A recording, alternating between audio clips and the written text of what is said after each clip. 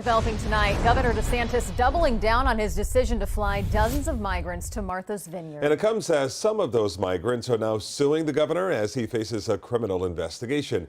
We have live team coverage for you tonight, including the latest White House reaction. But we begin with our Janine Stanwood in Doral. Janine.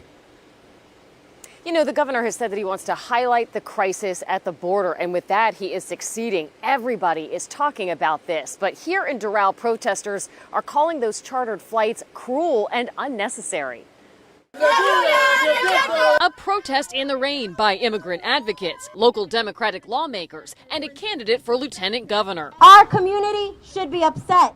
When they come after one, they come after others. These people are not things that you can just drop off like cargo and play political games with. It comes as 3 of the Venezuelan migrants who were flown to Martha's Vineyard on Florida's dime are suing Governor Ron DeSantis and others, alleging they were duped into going there and made political pawns. What we're doing is not the ultimate solution. I think it's opening people's eyes to the solution. But the governor contends this puts the spotlight on some relaxed policies by the Biden administration and a growing crisis at the southern border. They're being abused by the cartels. They're drowning in the Rio Grande. It's a group of 4 that they're looking for. So there's about 4 more up above. A surge we saw firsthand.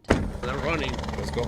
With exclusive access to agents from Border Patrol and U.S. Customs and Border Protection this spring in Arizona, the beginning of the influx of Venezuelans, Cubans, and Nicaraguans, now leading the record pace of illegal migration. As for the Martha's Vineyard migrants, Local 10 obtained this consent form signed by one of them, and records show this plane was in the midst of yet another transport Tuesday afternoon, initially headed for President Biden's home state of Delaware.